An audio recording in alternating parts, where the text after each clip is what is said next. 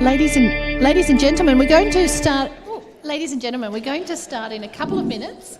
One of our poor panellists walked into a glass door, and she's got a bit of a bump on her head. So we're waiting for some ice. So yes, see, this is humanitarian. Show the. Oh no, you do you. I should know how to respond to my own first aid. Yes, I was going to say in a very. Dr. Esperanza here and others. So we'll just wait a couple of minutes, so bear with us. Thank you.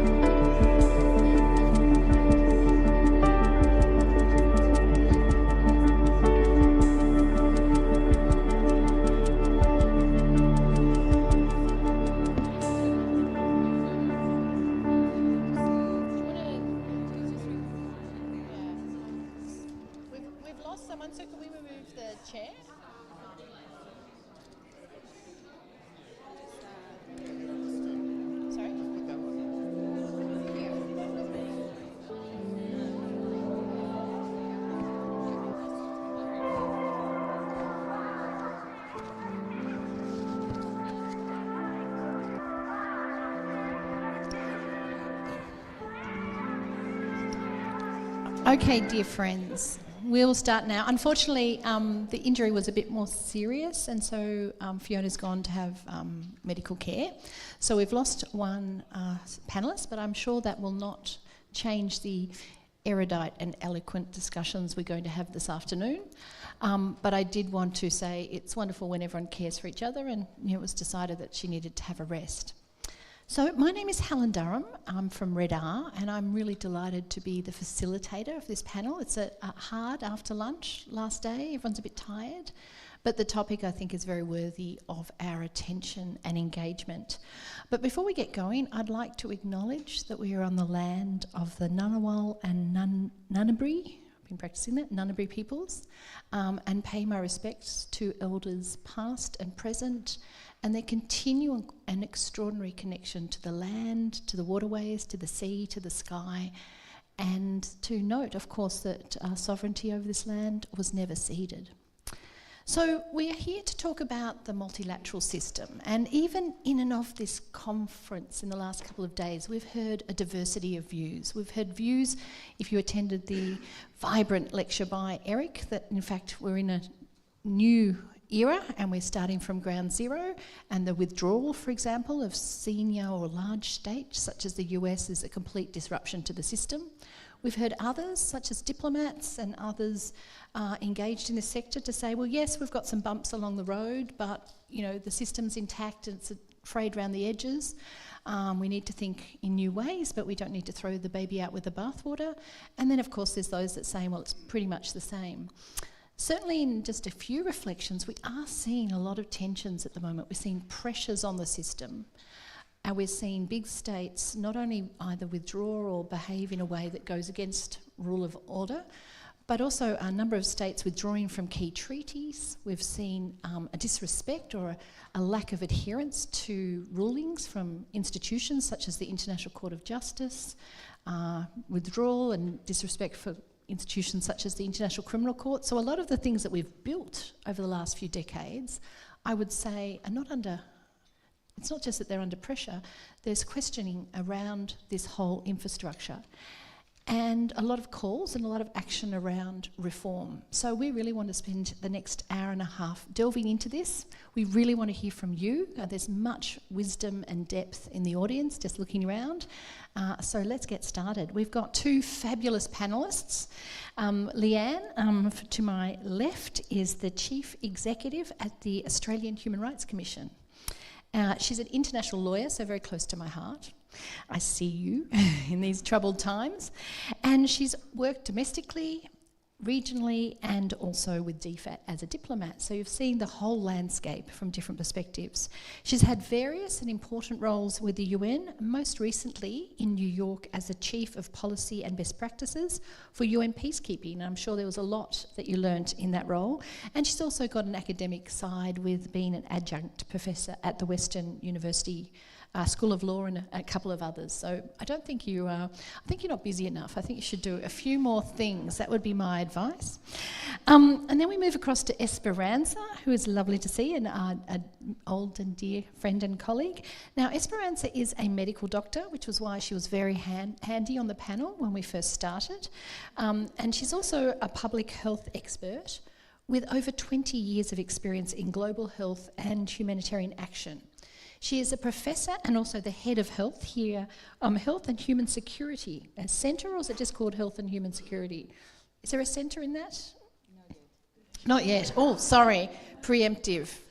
Maybe after this there will be.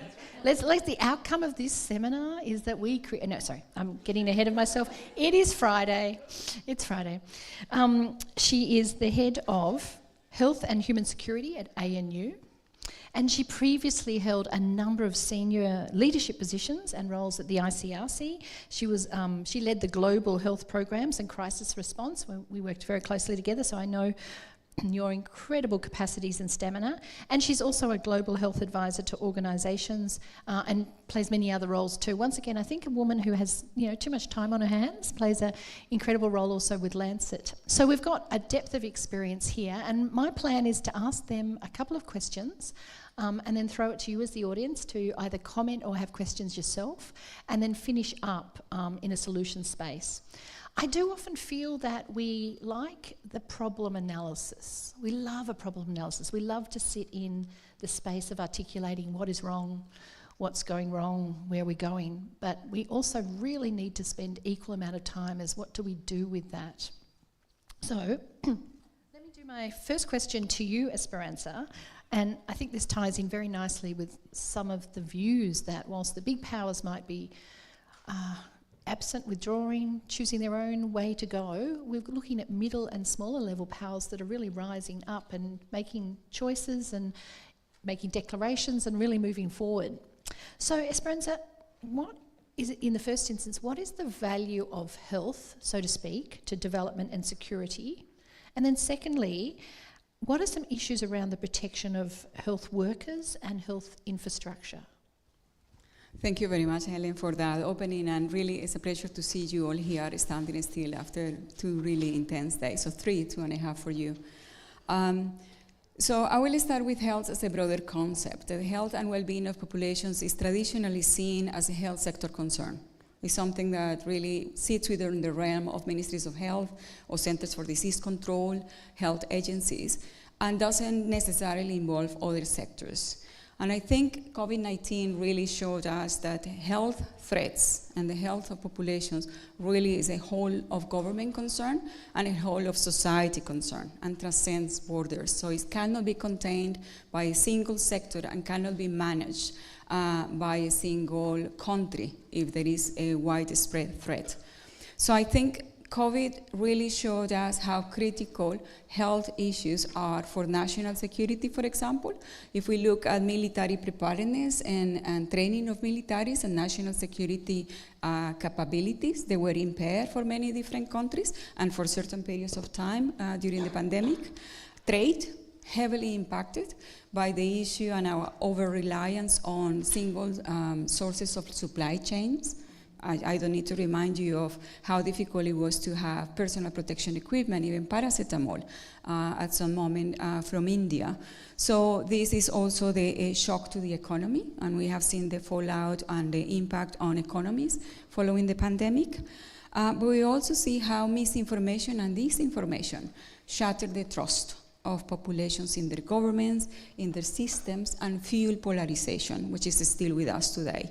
So I think that's one element that I think is very important for the conversation today, is to say the health and well-being of populations is not a single sector concern. It's really a whole of government and whole of society concern. And when we discuss, for example, later on, multilateral system reform and so on, I think that's a very good point to depart. In addition to that, I think we need to mention climate change and the fact that the impact of massive weather events, and now we are seeing the aftermath of major climate shocks in the region. They not only impact the survival of humans and the environment, but also economies. Then this food security is a risk, then economic development of nations is a risk of increased infectious diseases. So all of this is an additional shock that we can't ignore, and particularly in the region is quite significant. And so somehow in this world of polycrisis, of multiple crises that collide and amplify one another, we find that we need to elevate the position of health within the political agenda in governments and the multilateral system, while at the same time governments are dealing with increased domestic pressures and with dwindling or shrinking budgets. So that's I think is a crossroad that we will need to navigate. And coming back and a segue into the attacks on healthcare, but it's also the issue in the humanitarian sector. And I think here in Australia we see it in a rather privileged position because we sometimes feel away from the humanitarian crisis that are really, really affecting more than 300 million of people today. So if we look at people in need of humanitarian assistance today, the total number is more than 300 million. To put that into perspective, that's 4% of the world's population, or 1 in 26 people. So it's a huge amount of people that are needing protection and assistance from a humanitarian perspective. And within that, health services and mental health services is one of the big parts of that package. So later when we talk about the multilateral system and the reform on financing, is how do we preserve that space to really look after people. And the final point in relation to attacks and the protection of healthcare is, unfortunately, we have not seen the number of armed conflicts we are seeing today since Second World War. And according to the International Committee of the Red Cross, we have 130 active armed conflicts today. And the number of attacks on hospitals and healthcare workers is steadily increasing. Last year, only reported or confirmed attacks, there were more than nearly 1,000 healthcare workers killed. And that number sits only as a reference to say that attacks on hospitals, ambulances, healthcare facilities have become a tactic of war because they clearly destroy the trust of populations in a system that functions and that can deliver, and also displace populations. So that's another shock. So I will stop there and then happy to continue on the conversation. I think that's an incredibly important point, and I think there's no doubt that healthcare workers themselves and humanitarian workers are like the canary in the mine shaft. If we're seeing a rise of attacks against these individuals, it means behind them the attacks on civilians and civilian infrastructure is extremely high. And we also know that, I think statistics have been done that, the taking out of or the killing or the maiming of a health worker has impact on thousands of people. And then you have the brain drain where people don't stay, health professionals don't stay in those countries. So I think the issue can't be, as you say, isolated to this many. It's about how it sits within the ecosystem. And in a way I was hinting to that when we say that at the moment there is a lot to say doom and gloom about and a lot to really take pause and have a sober analysis of.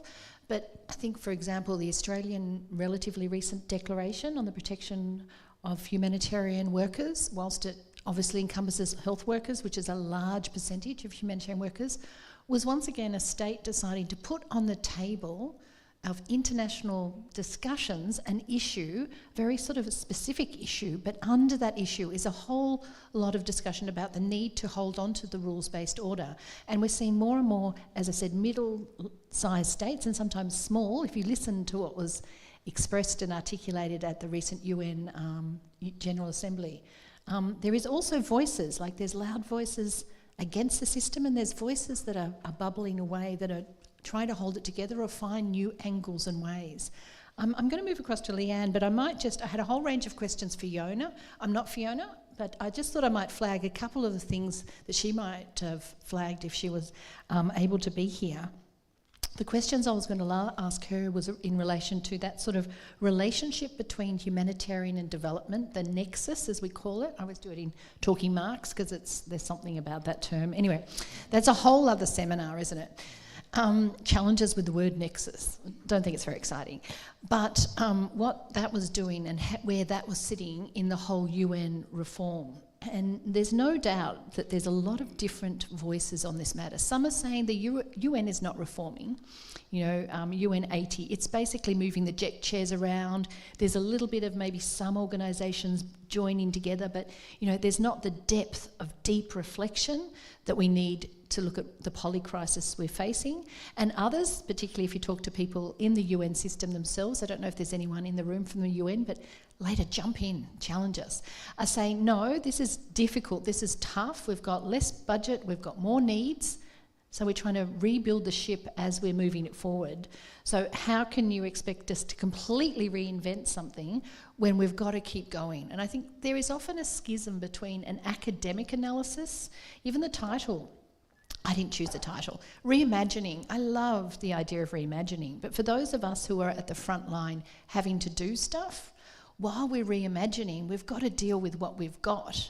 And so we've somehow got to find this balance between the desire for a big reform, which I think no one would question is needed, a desire to keep going because the needs are high, and desire to ensure this reimagining takes us in the right direction. So that was a mini Fiona. I'm sure she would be much more articulate, but I just wanted to add that into the panel as we unfortunately lost her for a short time while she's lying down. Oh my God, it's Friday afternoon while she's lying down with a little bit of ice. She'll be fine. Oof. I'm glad I was asked to step in this panel last minute. We've got a doctor here, so I think we're okay. So let's get back on track. Leanne, could you talk to us a little bit about the importance of human rights, both in the context of the sort of peace and security discourse, but also in the humanitarian and development context, and with the impact of the pressure on the multilateral system, what impact is that having on human rights? Thank you, and thanks for having me on this panel. I agree with you. I look around and there's so many people in this audience who have great things to say about this, and I'd love to hear it, so I look forward to that. Can I just start by not doing another acknowledgement of country, but by sharing with you, as Australia's NHRI, we work in the domestic space and the international space, and I know most of you are in the international space. But I suppose from where I sit, it's really important that when we're thinking about the work we do in other countries, we don't forget the work we've got to do in this country. And particularly when we're out there in the world promoting things like human rights, we should always be really conscious that we have enormous problems in this country, the treatment of our First Peoples, that really can only undermine what we say out in the rest of the world. I also wanted to acknowledge that when you talk about human rights, there's a real risk of talking about human rights from the position of an ivory tower and talking about international human rights law and how things should be. But I just wanted to acknowledge that there may be people with us today who have experienced human rights violations, and this can be very personal. So I say everything I say with that in mind. I have a slide, if we could share it. I only have one slide. but I just wanted to have that up there while I was talking. This statement is one of the most fundamental and important statements that every single country in the world signed up to at the end of World War II. Sometimes human rights work is not only about pushing forward, but holding on to how far we've come. And we need to, in my view, hold on to this with every breath we have. You'd all be aware that human rights is not only underpinned by the Universal Declaration, but also by the UN Charter. And there are 3 pillars to the UN Charter: peace and security, human rights, and economic development. So that's why human rights sits at the core of everything we all do, whatever it is we're doing. I thought to take a moment, for those who aren't as familiar, maybe to talk a little bit about what human rights are and to put them in the context of the work we all do in the international space. So when we talk about human rights as articulated in the Universal Declaration or in the International Covenant on Civil and Political Rights or the International Covenant on Economic, Social and Cultural Rights, there are a big range of rights and they all have a few things in common. They're all universal rights, and by that I mean they are enjoyed by everybody, no matter where they're born, what language they speak, what religion they have. And while that might sound really aspirational, we need to hold on to that and believe in it when we're working in the work we do. Human rights are also inalienable, which means that they can't be given up or taken away. And they're indivisible as well as interdependent. And what that means is when you don't have, for example, the right to shelter, it's really hard for you to go to school and do your homework and other things. So they rely on each other and they build on each other to make a decent life. The kind of rights that I think a lot of you are involved in the development and the humanitarian space are rights like the work you do to promote and protect the right to healthcare, the right to education, to shelter, to food, to water, to an adequate standard of living. And in your work, you support the right to freedom of expression, freedom of assembly, the right to vote when you're supporting elections, and the right to development. And you also address discrimination in the work you do. Discrimination against women, against children, against people with disability, LGBTQI+ communities, and other marginalised people who are at the periphery of society and need our support. So I think 25 years ago when I got involved in this work, and particularly in my time in peacekeeping, it was really hard to be the human rights person in a peace and security humanitarian context. Often I'd get the eye roll, oh God, here she goes again. Or this is too urgent, this is a crisis, there's no time for your ponderings on human rights. It was really tough being a human rights officer in those intense conflict situations. My hope and my sense is that that's changed a lot now, and the UN system has come together in lots of ways to build a human rights-based approach into everything that it does. And when I talk about a human rights-based approach, they're pretty simple things, really. It's not brain surgery. We're talking about ensuring in the work we do participation, inclusive participation, non-discrimination between groups, equality of access, accountability to the people we're there to serve, transparency in how we work, and always trying to empower the communities we're working with in a sustainable way. So that's the human rights work, I think, that I've been working on for most of my career. And the second part of the question I wanted to respond to was, in the world we're facing today, with all of the shifting things, where is the best place to keep pursuing human rights objectives, promotion and protection of human rights? In my view, the UN system is really the only form of international cooperation where we can be assured that the promotion and protection of human rights will be at the top of the agenda. And that's partly because of the universality principle I spoke about before. if all the countries of the world have said that every person deserves the same set of rights, the UN is the best fora for ensuring we hold countries to account for that. But also because of those foundational documents that I spoke about earlier, the Charter, the Universal Declaration, the treaties, and the committees and special rapporteurs, there's a structure there for the protection of human rights that you don't find in any other multilateral or regional fora that I can think of. I'm thinking of the BRICS, the G20, the ASEAN Forum. They're really important fora, and maybe we can pursue a lot of things there that we can't push in the multilateral space anymore, but I don't think human rights is really one of those.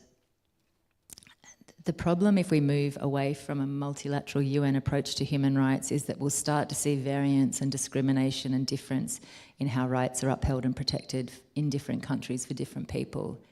And we know that when people's rights aren't respected, there's the possibility for conflict, for clashes, and for dismantling the security and the stability that we're all trying to achieve. So the UN provides the best ecosystem, in my view, because the UN is an ecosystem with people working on everything from women's health through to protecting cultural heritage. You've got a framework there that's integrated to make sure that human rights are included in peace and security, in humanitarian work, development contexts, disarmament contexts, elections, security sector reform.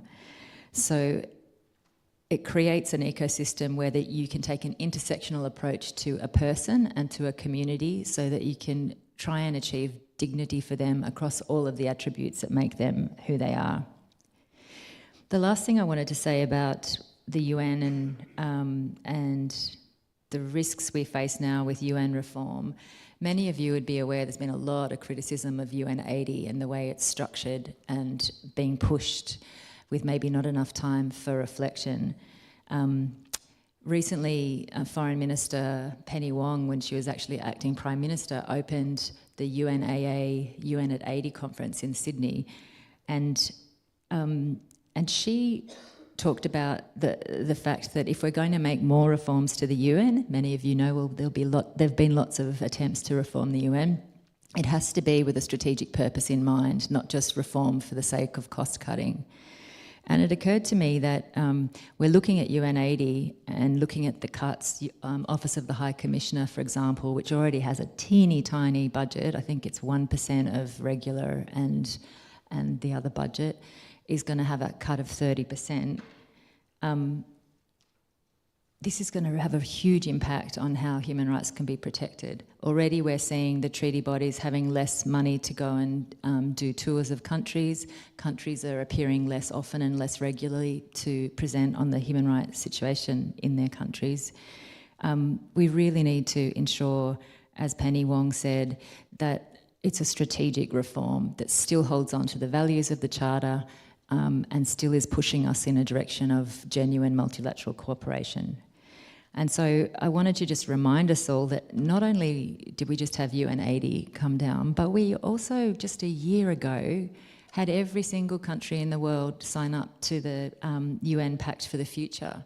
I don't hear anybody talking about the UN Pact for the Future anymore, as though it no longer is relevant, it doesn't matter, it doesn't exist. Even if the resources are less, surely a form of that pact is what should be driving us forward in a strategic way. So I wanted to just finish off by sharing with you, a very dear friend of mine worked on that pact for a long time, and she said something recently that I thought was really profound and struck a chord with me, so I'll just share it with you. She said, "Count me amongst those who disagree that the UN is in decline. The institution may be struggling in the face of geopolitical differences, clogged bureaucratic arteries, and broken promises.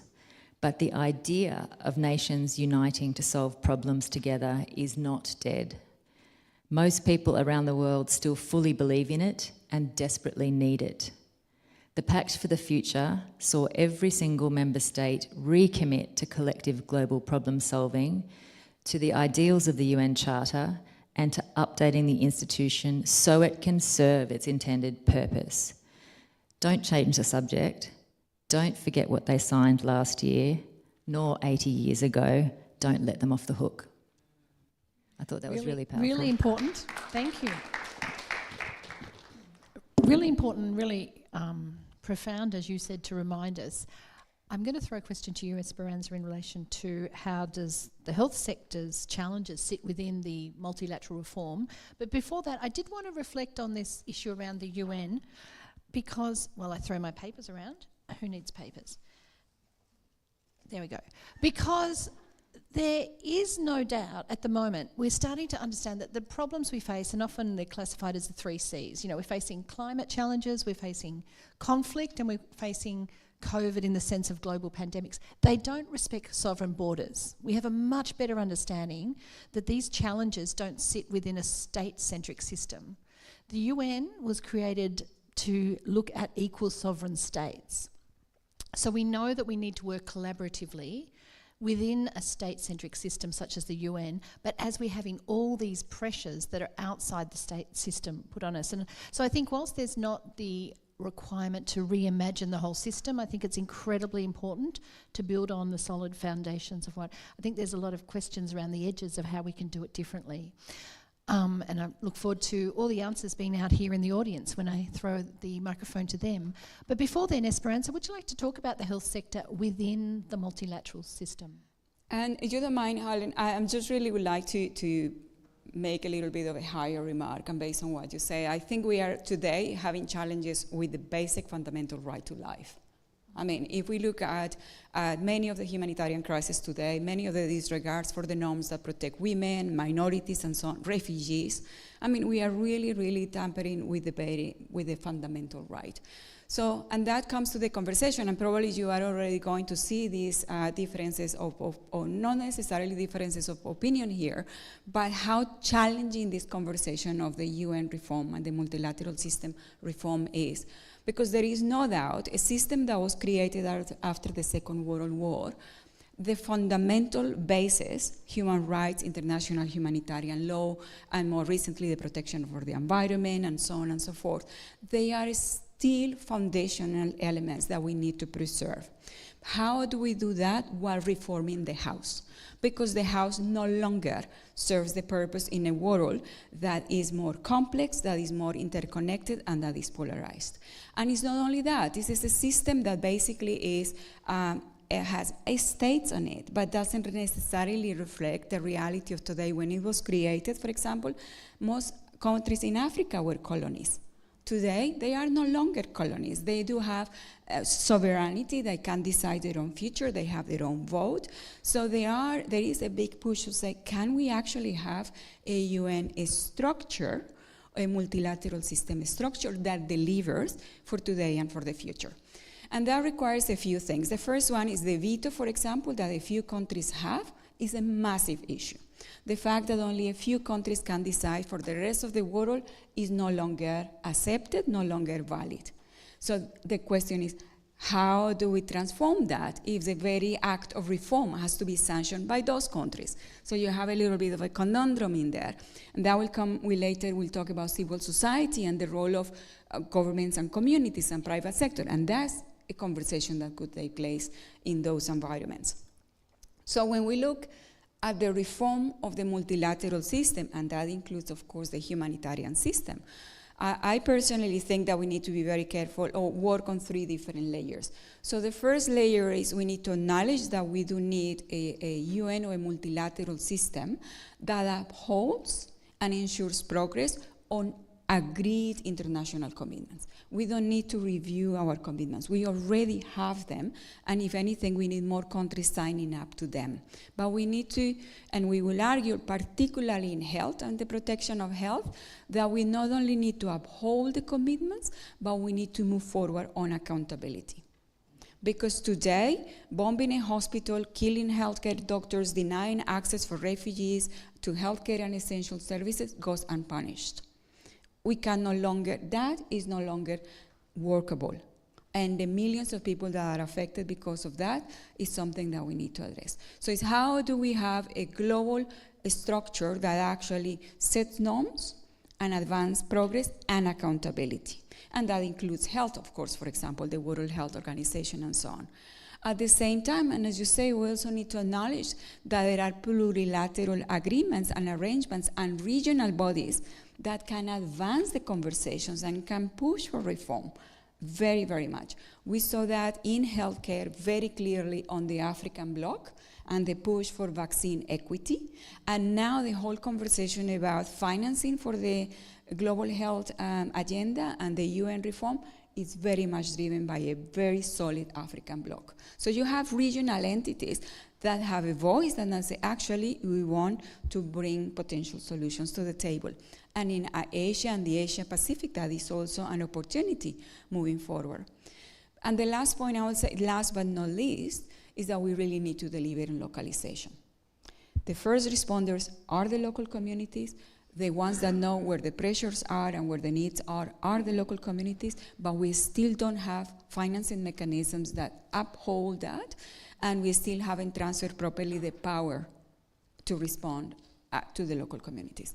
So I think those three elements, maintaining the global and restructuring without damaging the foundations, and if anything, making them stronger, acknowledging the role of regional blocs and regional and plurilateral coalitions, and then really, really honoring the commitments that we have to communities. So. Thank you. I think that's really a great way of stepping through some of our thinking in this space. I think the other issue too is for us not to be naive. There was never a golden age where all these rights were fulfilled, and often I always call it the narcotics of nostalgia. We believe there was a time where actually these things were all followed. I think it's always been aspirational in nature, and there's different pressures at different times, but we are not taking a system that was ideal, as you said, as you expressed. Even in its creation, it had its elements. I would like to ask you, Leanne, from your perspective of human rights, what role do you see both the civil society but also private sector playing as we move forward? Thank you. I think if we look at the history of human rights progress, at least since the end of the Second World War, nothing would have happened without civil society.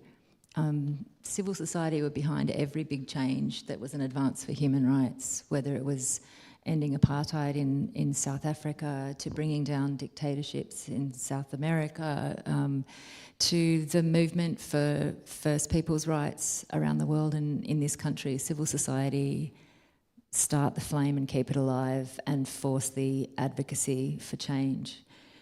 So I think the UN system has acknowledged the role of civil society more and more over the last 80 years as well. For example, Australia will appear before the UN to deliver its Universal Periodic Review in January, and not only will the National Human Rights Institution have its own report that will differ from the government's report, but civil society will have a report too. So the UN has gradually learnt how to bring in civil society perspectives, even though it remains a member state-based multilateral organisation. In terms of business, global companies, I think we see them playing a much stronger role than they have in the past on human rights issues, usually framed in the ESG framing. And I have to say, from my perspective, there seems to have been more progress on the E and the G than the S, which is where human rights fits. Could you unpack that for everyone? Yes, just in case people in the room are... ESG, economic, ESG. social and governance, I think. Am I right? Environmental. Sorry, I shouldn't have asked you that. No, sorry, I'm so used to the term. Pardon me. So not enough on the social, which is where the human rights fits.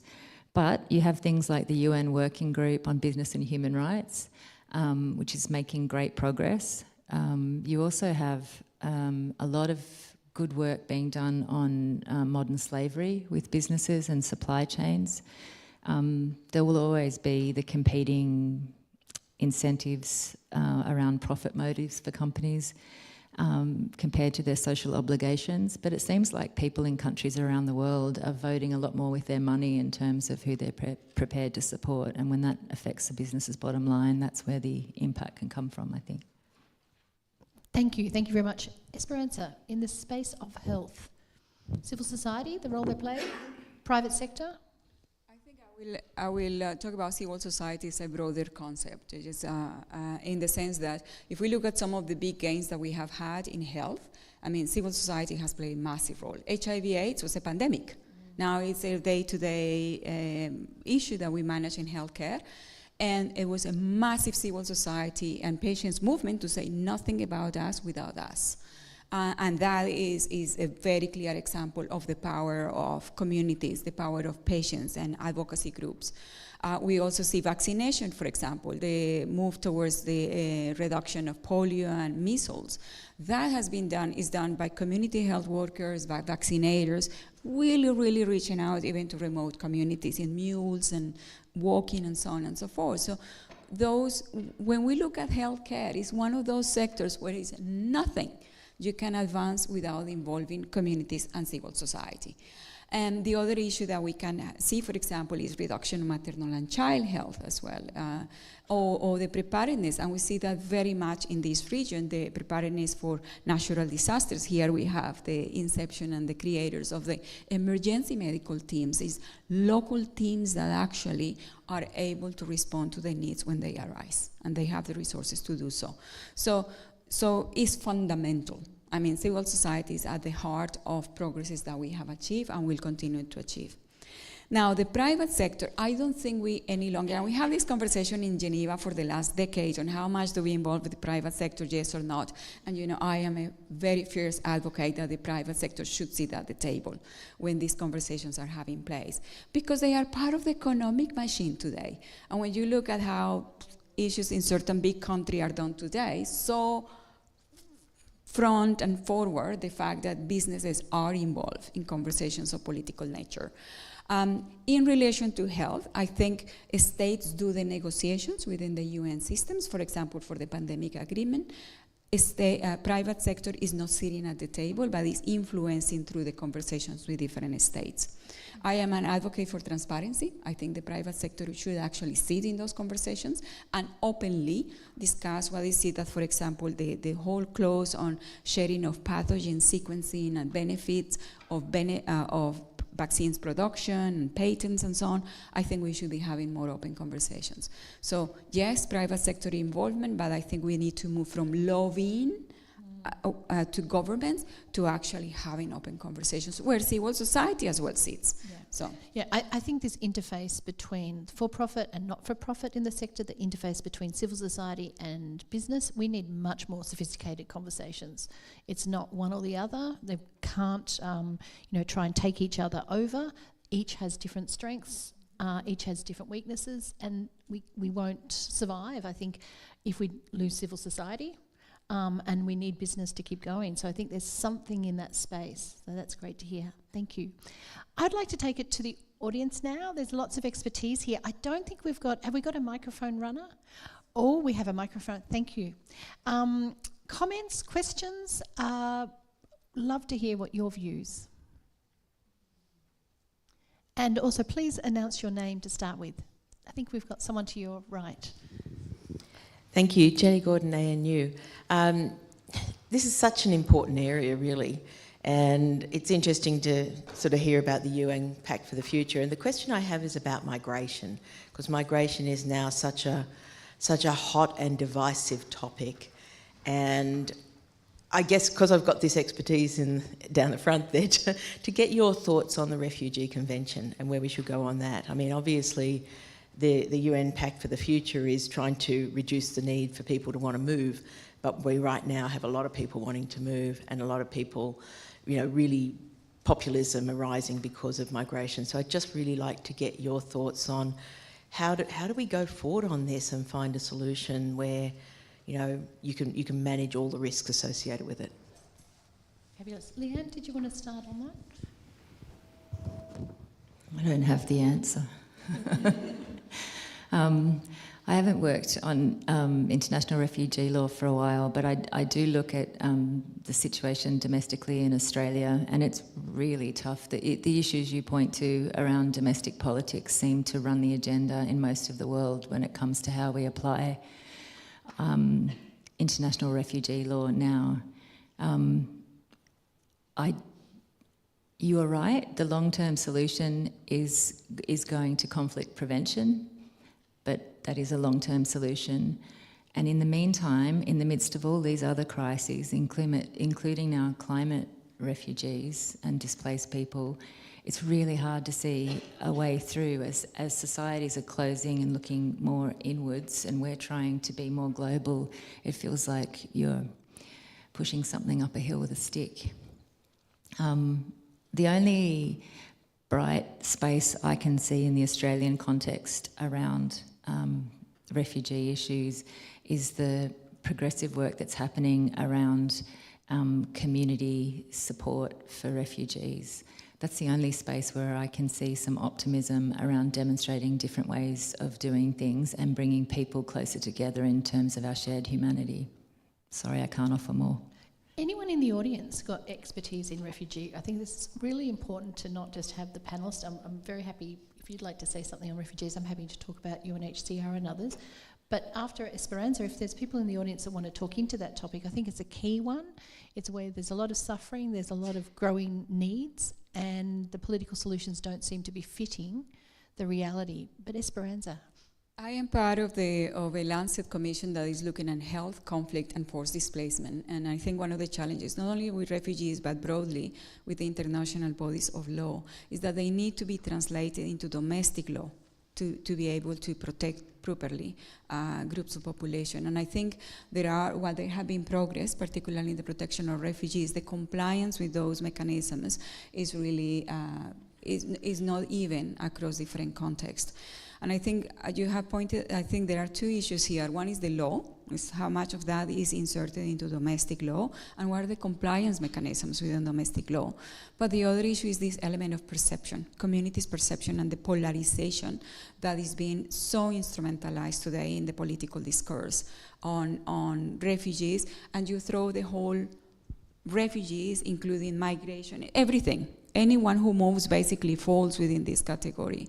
And the problem with that is that basically you are demonizing the other. We are demonizing communities that are moving for different reasons. Many of them because they can no longer live in their own places due to war and due to prosecution of human rights violations, but others because of economic reasons.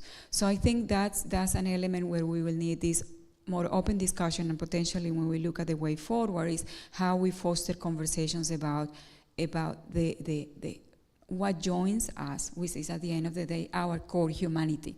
And you put it up there, we are born equal, and it's a fundamental principle of how do we actually engage with each other and try to really counter these very negative polarized views that we are having today. And many of them are emerging from big powers, but they are also permeating across societies. And as I say, even in our local context, how do we actually have more humane and respectful conversations that foster an environment where then domestic implementation can move forward? So I think it's both elements that are required. And I think a lot of the essence comes about this dehumanization, which sits at the centre and is anathema to the frameworks we've got. Anyone else want to comment on, particularly on, anyone, go like this if it's on refugees, and okay, here, sorry Susan, we'll keep the conversation going on that topic, and then we'll jump to, I'm sure, what interesting things you have to say. Thank you. So just on the topic of refugees. Please introduce yourself. Hi everyone, Imogen from ACFID, but I was formerly with the Danish Refugee Council, working in Turkey with the Syrian refugees, and I think there's a big discussion to be had around donors and how they frame their funding in this area as well, because we saw we were doing protection programming, so it was like legal protection for refugees and mixed migrants on the move. That was funded by the German government, and it had a very much a protection lens, but we saw as the political landscape changed across Europe that the language became more migration management.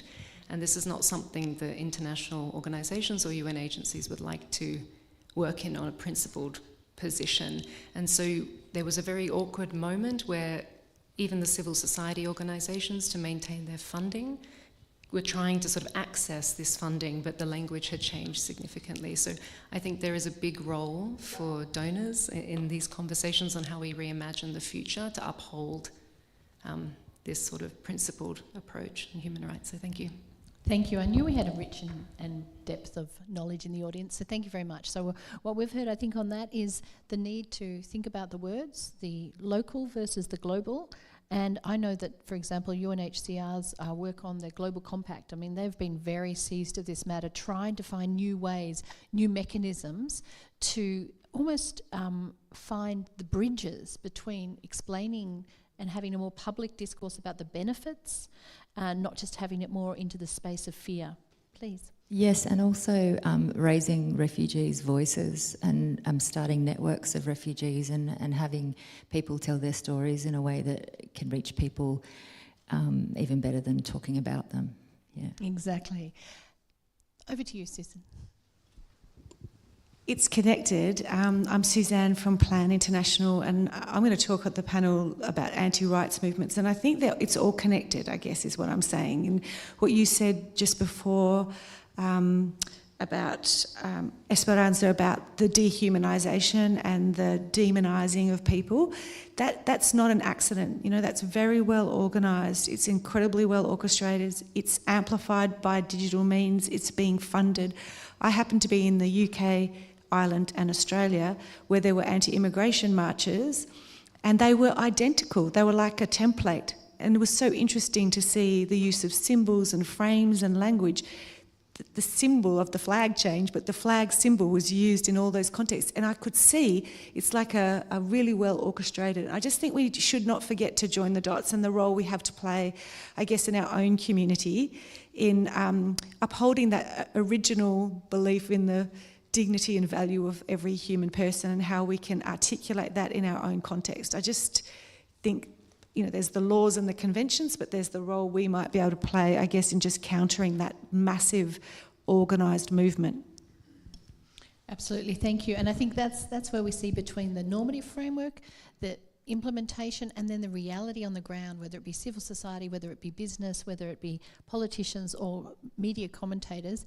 What we haven't sort of talked about today, and I want to go back to you as the audience if there's other points, is the role of new technologies, both for health, the good and the bad, and human rights, and how we can sort of analyse them. There was a brilliant session this morning that looked at new technologies, but I think we can't not include them as we look at some of these elements that we're trying to make the most of, understand, I would always say, be soberly and very cautiously optimistic that you can shift them in the direction of usefulness for humanity.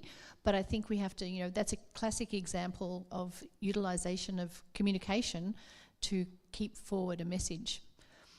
Back to the audience. Question here or comment would be lovely. Got the... Thanks. I'm Helen Evans, and I have an honorary appointment at the Nossal Centre for Global Health at Melbourne Uni, but probably more relevant for this discussion, I also worked with the Global Fund for AIDS, TB and Malaria, and with Gavi, the Vaccine Alliance. So I had a couple of comments and then some questions.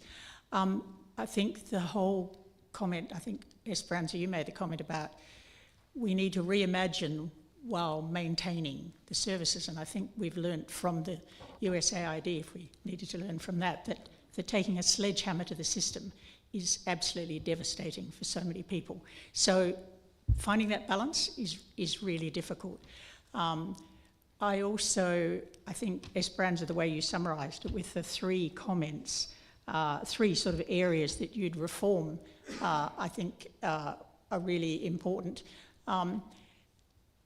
So the role of civil society doesn't really... it has, my experience anyway, it has a sort of token input into UN organisations, but it's not a very deep engagement. So with Gavi and the Global Fund, and they're both organisations that were started in the 200s, early 200s, and they need reforming too, because they're now 25 years old. But they do sit all the players around the table, and having experienced that, it makes a huge difference. And in terms of understanding others' perspectives and finding a middle ground. So a question for you, Esperanza, and I don't have the answer to it, so I'm going to ask you anyway. How, in any reforms of the UN system, you've talked about regionalisation, which I think is a big issue. How can we more integrate civil society or community's voice? We talk a lot about community engagement, how critical they are, etc. But they don't really have a strong voice in these forums. So that's a question for Esperanza. And Leanne, I had a question for you, and I'm sorry, it's a rather tough one, but I don't know whether you're at the session this morning with Eric Olander. Sadly, I missed it, but I should have been there by all accounts. Oh, right. Well, he made a statement that said, rules-based order is backward-looking, doesn't meet the needs of the global south. We have multipolarity, we need to rethink it. I just wonder if you'd like to comment on his comment. Thanks. So thank you, Helen, for your feedback. And I think you have really touched on the point of learning from each other. I think at this stage, there is no UN reform unless we learn from what others are doing. And there are active conversations, for example, in the health space between the World Health Organization and Gavi, the Vaccine Alliance, and the Global Fund for HIV/AIDS and malaria. So precisely because of that, how do we bring some of the best practices and the things that have worked into this broader reform? The challenge I see, and I have been this year going a participant or being witness to several of the conversations that are taking place within the health space, but broadly within the UN reform, is that there are still fragmented conversations. So there are groups of states or countries that are focusing on the financing of the humanitarian sector and the multilateral of the UN moving forward. There are other countries, and some of the efforts, for example, are led by the Wellcome Trust that has set up different regional consultations that will then feed back into a central level to try to see, okay, what kind of solutions emerge, with the idea that hopefully these consultations reflect local realities better than having a single global discussion. But I think states, and again, when we come back to the opportunities and moving forward, there is really a big opportunity for groups of states to bring those local voices and local realities to the conversations. And that's where I think the regional blocks, because one single country can bring a voice, but it is a group, it's a much powerful voice to bring to these conversations. At the end of the day, states are going to negotiate what comes next, because that's what we have. And it's how civil society is involved in national consultations, how those translated into regional feedback, and then how they fit into the global final state. The risk and the challenge I see, and some colleagues of mine have already listened to me on this, is that we are facing very big challenges and changes in leadership coming up. So the World Health Organization will open in March next year, early next year, the call of the applications for the new Director General. So start the selection process for the new Director General of the World Health Organization. The UN Secretary General is going to change within a couple of years as well. And there are other UN bodies that basically are reforming based on budget cuts, not a strategy, and at the same time need to engage in a process that is highly strategic. So this UN reform is not going to wait 2 years to begin. It's underway. The conversations, the UN80 conversations, the UN humanitarian reform is moving forward, but it's moving forward at a time where existing leadership cannot take big decisions because they need to wait and see what happens with the incoming one. The incoming one is not yet known. So if we think that the environment today, and this is not to end up Friday afternoon with a terrible note, but if we think that today the environment is uncertain, I think it's going to get even worse. But having worked in crisis, and I really love crisis management, one of the things in crisis management is that there's great opportunity for influencing if you know how to do it and you know where to go. So this is a great space where civil society can have constituencies, can really talk to their politicians, talk to their governments, and then create meaningful impact, because it's so much up in the air that the opportunity to influencing is actually there and probably bigger than ever had been. So I can't agree more on that point, and we know that, you know, during COVID, the opportunities of so many states that, say, for example, the ICRC had been knocking on the door to get access to prisons. so many states were able to open the door, felt during COVID that the ICRC could go in. And so it was fascinating from a diplomatic point of view to be able to suddenly having conversations with heads of state, the president, but also ministries who suddenly wanted something that we'd been knocking on the door for many, many years. Because there was no clarity, because the environment was so fluid. Exactly, and perhaps they thought that it was better for another organisation to go into these, having gone in a lot myself, very packed prisons, there was a fair bit of COVID. So then if you can keep that going forward, if you can take what was experienced during the crisis, hold on to it, sustain it, and I think you beautifully talked about the fact that sometimes we need to move forward, sometimes we need to hold on to what we've developed, is really important. Please. I think it's a really important point. Unfortunately, what we learn is that we come together in crises, and once the crisis is over, it all falls apart again. How do we maintain that momentum? And, you know, we've done some terrific things in a range of crises, but it then falls apart and everybody goes back to their old roles. We have such short memories, or the system comes back. Anyway, I want to give Leanne that fabulous question, because having sat with Eric last night at dinner, we had fairly good, robust discussions. I loved it. But also hearing him today really was important for us to hear. We've got to challenge ourselves. We can't look like we just, the system moves on. But is it as dire, and is there a complete rupture of the liberal democratic order that was in place? Tell me you're not adding that to the question for me to answer. Thank you for that question. And what I say now, I say without the context of having heard Eric today, and I may have misunderstood. So, but damn no, that makes it, I would say our challenge is not that the rules-based order is looking backwards or out of date, but we need to figure out how to expand the rules-based order to include more actors, including the private sector. I've been thinking about something related to what you raised, which is that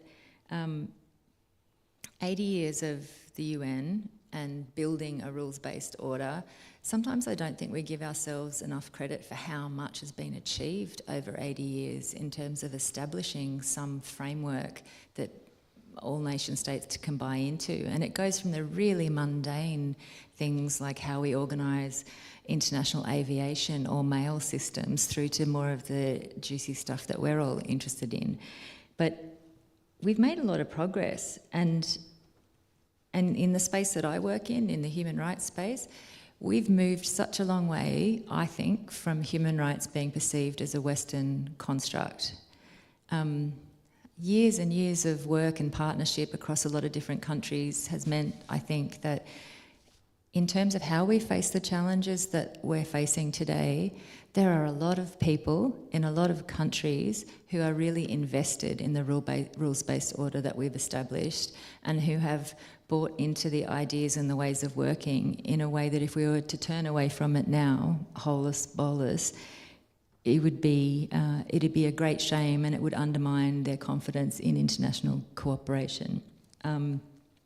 And I say that because I think it's time for us, and we'll come to what we can do next, but I think it's time for us to come together as countries and communities with shared values, forget global north and south, across cultures, across continents, across hemispheres. And that's probably going to be a lot of middle powers, hopefully including Australia, but smaller countries as well. That's the way we can organise to hold on to the things we've got. And I just wanted to share one quick example of where I've seen this in my human rights work. This week I got to meet with the Indonesian Deputy Minister for Human Rights. In 1995, I was volunteering for an illegal human rights NGO under the Suharto regime. The idea that this week I could be speaking to the Deputy Minister for Human Rights is freaking astonishing. And as an Australian, I'm sorry, where's our Ministry for Human Rights? I'm sitting there learning from Indonesians on how to do domestic human rights implementation. And I think in this country we've got to get rid of this idea that we know best and we know how it's done, and start opening our ears and our minds to learning from others and pulling together with them for these fundamental principles. Thank you. I think that's really important. And we do have to look at the freaking, as you would say, very politely, advances we've made. And there is sometimes a predisposition that cynicism is intelligent and genuinely searching for solutions and using what we've got is somehow naive. And I always think it's actually the opposite. It's naive to think that we cannot survive going forward without searching for solutions, building on what we've learnt and then ignoring and trying to reshape what we haven't. And I think this sense of superiority is absolutely critical if we believe in what you put up.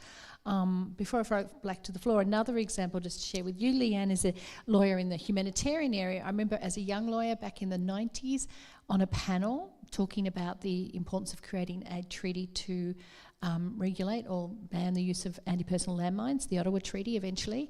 I remember I was on a panel with two doctors. Love doctors, always love working with doctors. And at the end, sorry? Doctors and lawyers. What more does a girl need? At the end, a lot of questions were like, okay, you lawyers, you just talk. What's this treaty going to do? A landmine won't know if there's a treaty. We need more doctors. Stop the lawyers, need more doctors. Now, 20 years later or further on, we know that we've reduced the suffering by anti-personnel landmines by a massive percent. It used to be up to 20,000 people a year killed or maimed, and now it's down to about 6,000. It's growing again. It's one of these areas we have to hold on to. But if you think over 20, 25 years, those thousands and thousands of lives that has been saved, because it wasn't just a treaty, it's just a piece of paper, it's just a framework. You know, companies were stigmatised if they invested in the creation of these weapons. States had to destroy them if they signed up to the treaty. And it was one of those things that's like, we forget that. They sort of say, oh, this is pathetic. International law, it's pathetic. But in fact, if you take a step back and you look at where you were when you were in Indonesia compared to you are today, now that doesn't mean in any form or other and doesn't negate the terrible, terrible suffering we see daily around the world. It's not one or the other. You can be still experiencing and having the imperfect state of humanity, and it's all glory and it's all suffering. But if we forget that actually we are moving forward, we lose the energy to keep moving forward. So I think I love that idea. I wish we could do a little movie of you then and you now and say, look at the frickin' change. I think that would be great. But I want to throw it to the audience. I see Dr. Rick.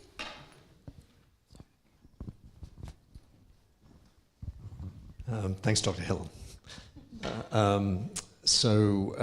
2 points.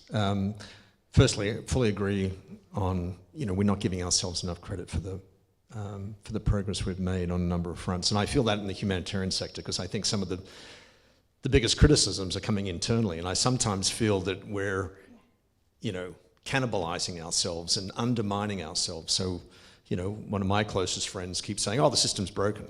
And wrote recently, it's entirely broken. And I'm like, look where we've come. And it sends a terrible message to our frontline workers to say, you're not delivering. Well, they are delivering if you give them the access and the resources. But there are so many constraints that, I think we need to give ourselves a bit more of a pat on the back from time to time. Secondly, Leanne, it was great that you put up Article 1 of the Universal Declaration. I mean, I think the US Declaration of Independence is even more powerful in some ways. It says, we hold that these truths are self-evident, that all men are, entitled to, inalienable rights. So it's a truth and it's self-evident. But then getting back to that talk that you weren't able to attend, Eric did say that China doesn't buy into universal values. And that was striking to me because I've been in situations where our international humanitarian law and our humanitarian principles and by extension human rights have been challenged. I remember meeting a Deputy Minister of Foreign Affairs in one of the toughest conflicts, and he said to a group of us, we don't buy your international humanitarian law, we don't buy your humanitarian principles, and that's because we know where your money comes from. So, and now we've got the US Secretary of Defense or Secretary of War saying we need rules of war that allow us to be more lethal. I forget his exact term. So, if Eric's characterisation is true, and we've all run into situations in many instances where people push back on these universal principles, where do we go? I mean, what are your thoughts on how we can bolster these principles and these norms when they're openly under attack or rejected? I mean, I'd love to know what Eric sees as the alternative from anyone who was there too. I don't see another alternative, but given we're talking about international law and international diplomacy, then it's going to require a coalition of member states who are prepared to stand up for these fundamental principles, to use every weapon in their armoury to have influence on any particular state. If it's China, in the past has it been Russia?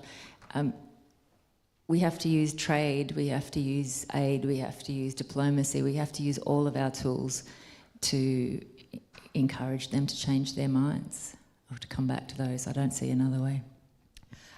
Esperanza, and then I'll like... And yes, I would like to really come back. I think we need to do more work on this idea that the humanitarian principles are a Western construct. And I think, and that's really each one of us role here. So it's not just government, civil society, but us, each one of us. And when we talk about humanitarian principles, even though we are not at war or in a crisis situation, I mean, humanity is just the basic principle that we all humans are equal. There is no human which is more or less than another. Of course, that's when you talk about anti-terrorism laws and so on and so forth. That's been challenged, but that's the main principle.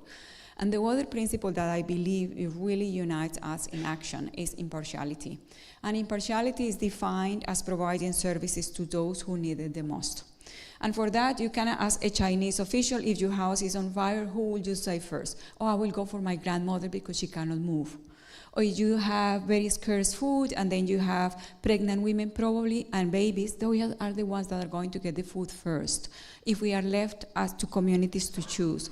And we saw the massive outpour and have seen now of solidarity and voluntarism in the current floods in the Asia Pacific, taking place in Asia. So that is inherently human.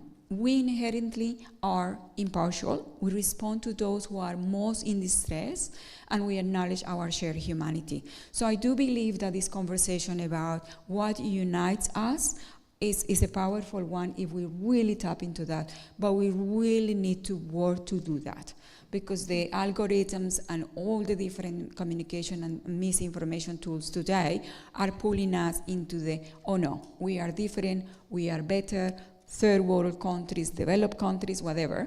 We really need to work on a counter-narrative that we feed, and we feed our children and our generation and coming generations as well. I think it's so ironic today that we're more interconnected and we're more siloed than ever before. But I think just to answer a little bit of that, and I flagged it a little bit last night when I spoke, we have to be careful not to bring cultural relativity too heavily into this whole area. Having said that, and I've always found it fascinating when I work with non-state armed groups who intrinsically reject the idea of laws or treaties because they're created by the state. But when you actually break down what it means and say, do you believe during times of armed conflict, for example, certain civilians should be protected, or you should treat the remains of the dead in a certain way, you find such resonance with that. So sometimes it's how we translate it on the ground. And I never forget working with a fantastic Islamic scholar who I brought into the team, and he worked with Islamic leaders in the Sahel region, and they did a fatwa on the protection of humanitarian workers because it correlated so well with Islamic teachings. And we saw the attacks on healthcare workers and humanitarian workers in that area reduce. Not going in saying, Article 72 of the Third Geneva Convention says this, but saying within your own systems, beliefs and understandings, if these people are working impartially, then they should be looked after. So I do think that, we have to be careful about having this total articulation that there is a universal values, because it allows people to come in and say there's so many cultural differences.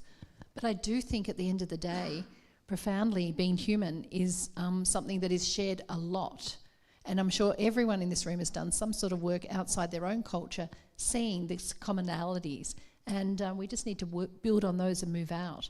So I think the idea of everyone being born free and equal with dignity and rights is pretty hard to argue against on a personal level. But I think you're right, we're being pushed at times to say the system doesn't work. Here, two more questions, and then we'll throw to the panellists to finish off. I might take two in a row, and then thanks. Thank you. I think it's been a great panel so far. I'm Annabelle Delhunty from the Crawford School here at ANU.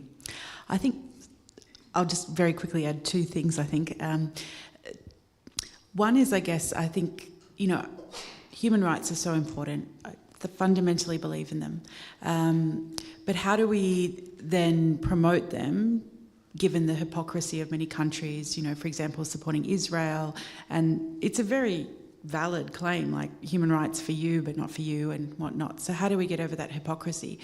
And then this is just more of a comment than a question, but I do think that the international liberal order needs to be passed out. I think there's components of it which are good, like international human rights, but there's also the global economic system, which has really held the global south back, and the structural adjustment programs of the 80s and 90s, and that's all part of it. The World Trade Organization rules and everything else. So I think there's elements of it that work, international human rights, but there's also elements that have been deeply problematic and have kept, for example, Africa in poverty. So, I don't think we should bundle it all together.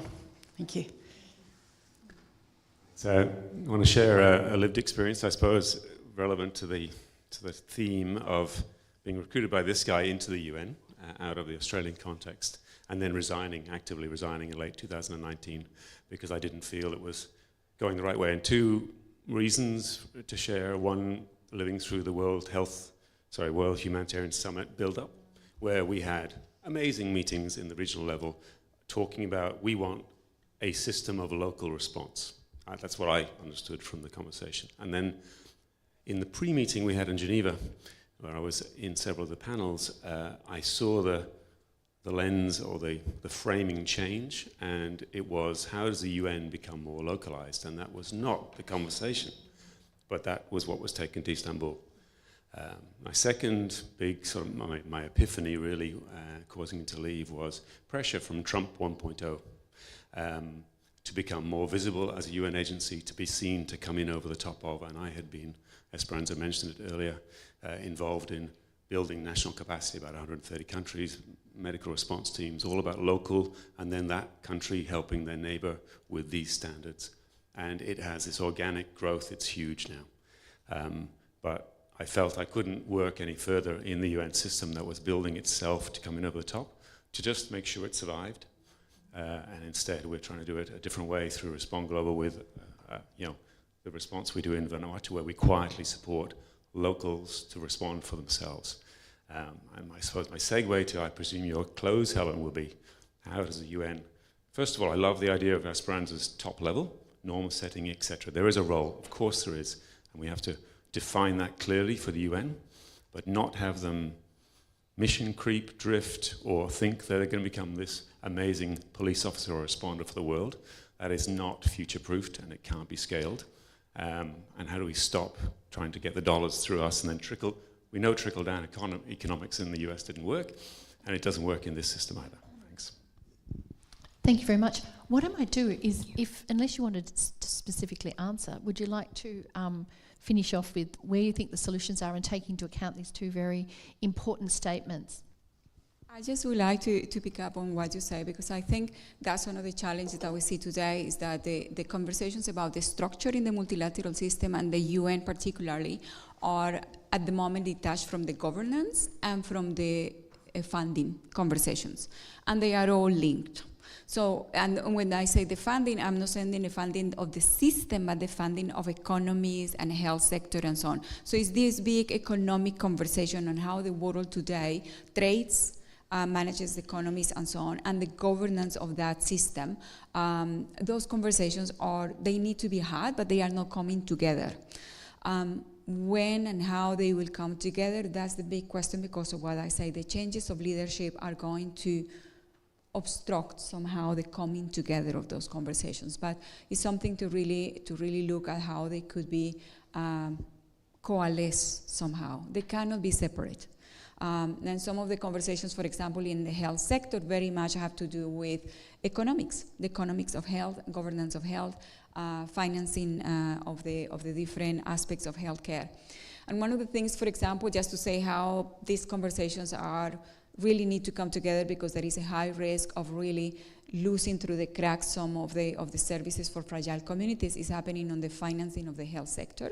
So many are today, and including some governments, are saying this is a fantastic opportunity. The fact that the US is no longer a player has forced ministries of health to own their own health systems. They should be paying for their own health systems. The health of populations is the responsibility of national government, so be it, that's it. But within that, the challenge is that we are forgetting that there are some very fragile contexts where external support is required. Otherwise, millions of people are going to die. So this risk of throwing the baby out with the bathwater is really real, because the two conversations need to converge. What is it? And strategically, the question in this humanitarian or multilateral reform and humanitarian system reform is, what is it that we need to preserve? And we are not having those conversations yet. And then what is it that we need to preserve from the health? What is it that we need to preserve from the human rights? Maybe all of it. What is it that we need to preserve in conflict settings? What is it that we need to preserve on trade? What are the key building blocks that we cannot lose? Once you have that, then you can say, oh, what is the structure that will serve that, the governance that will serve that, the financing mechanisms that will serve that. That is not yet happening, and that, I think, is one of the big risks.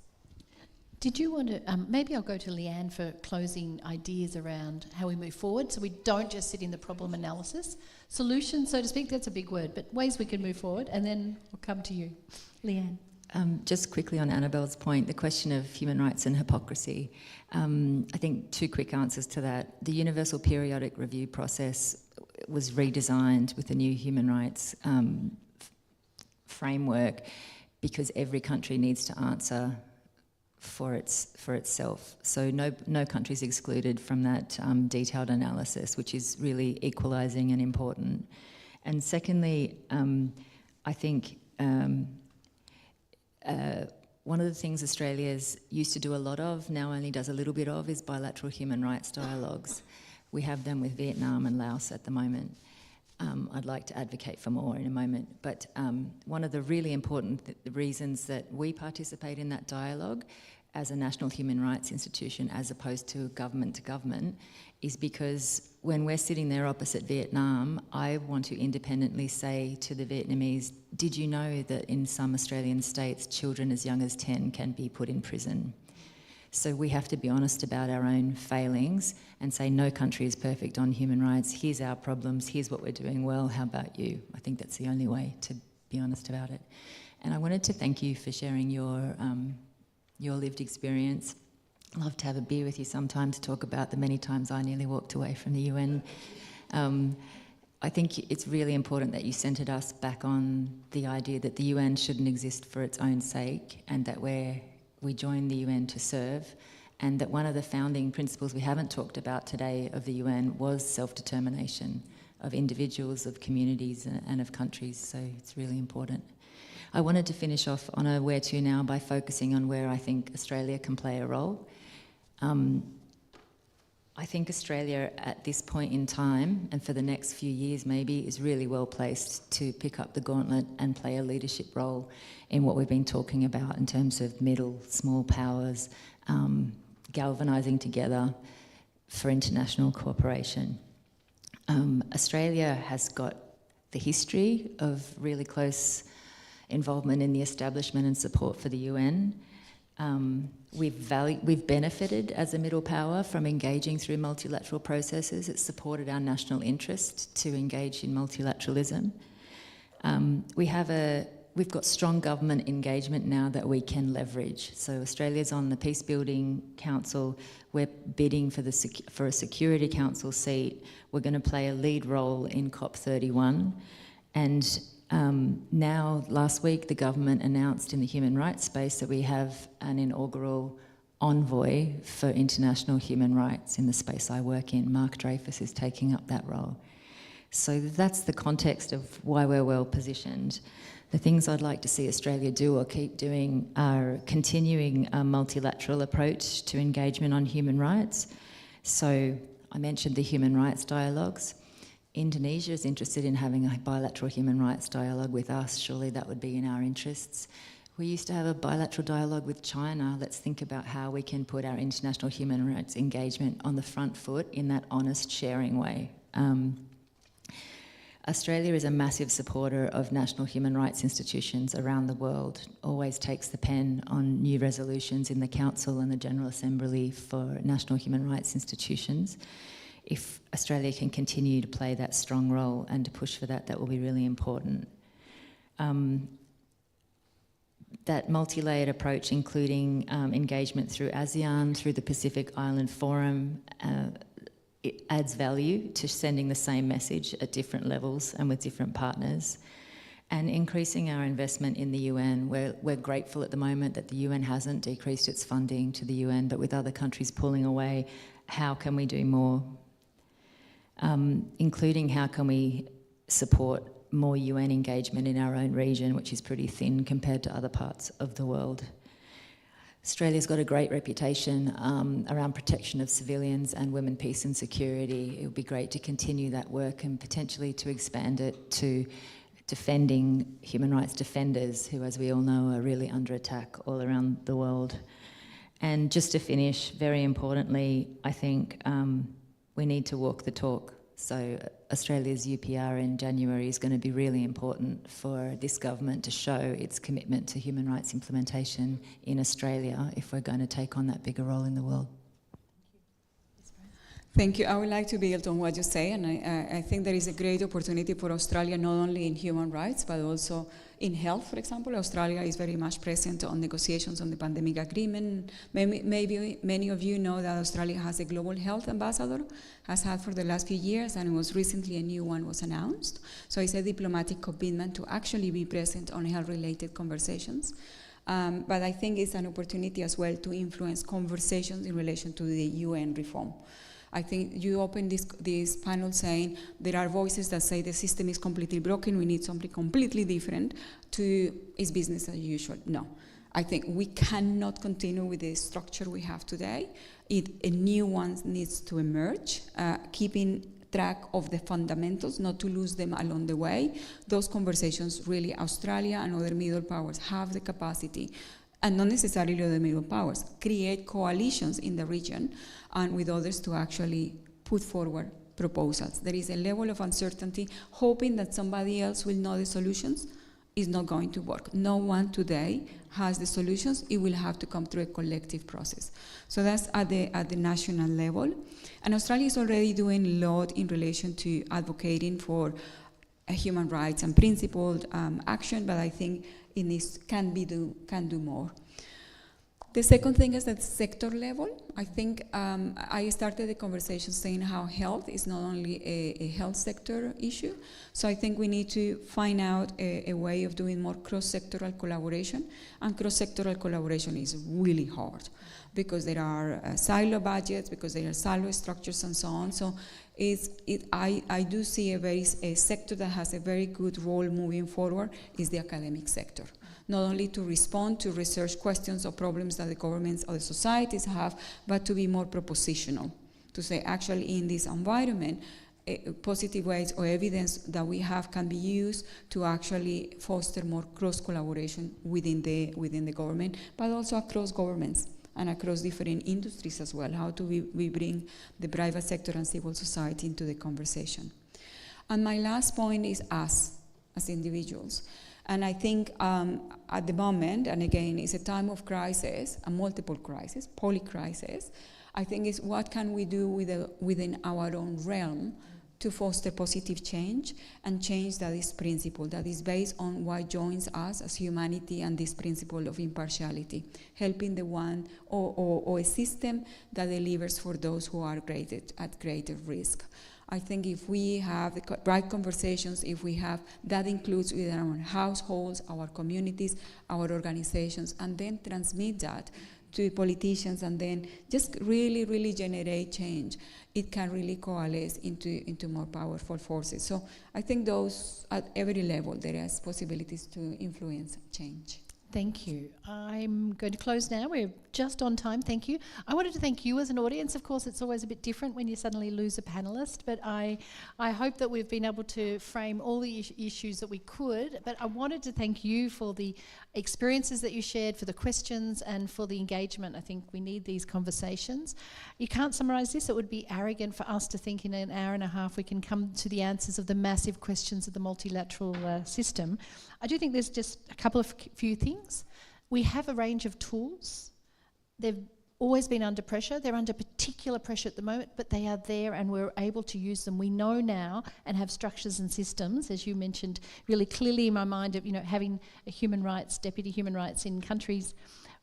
We've got some tools. We're not at a loss. We need to be cognizant of where we've moved forward, as I said. Maybe pat ourselves on the back, or maybe just, I think we are the worst often in our sector. The more passionate we are, the more we make noises that it's not working, and the more the vicious circle then the community and the public go, oh, it doesn't work. So how do we change the discourse? But how do we build on what needs to be improved and get rid of elements that don't work, and also make sure that we don't have self-satisfying or self-realisation, the UN point, how do you make sure the system is not just in its evolution trying to control power rather than open it up? I think there are some of the key elements. And at the end of the day, how do we really hold on very closely in a personal, professional, regional, international sense of Article 1, where we have to believe that all humans are born free and equal with dignity and rights. See you, and thank you very much for participating. Thank you for the audience, the two panellists.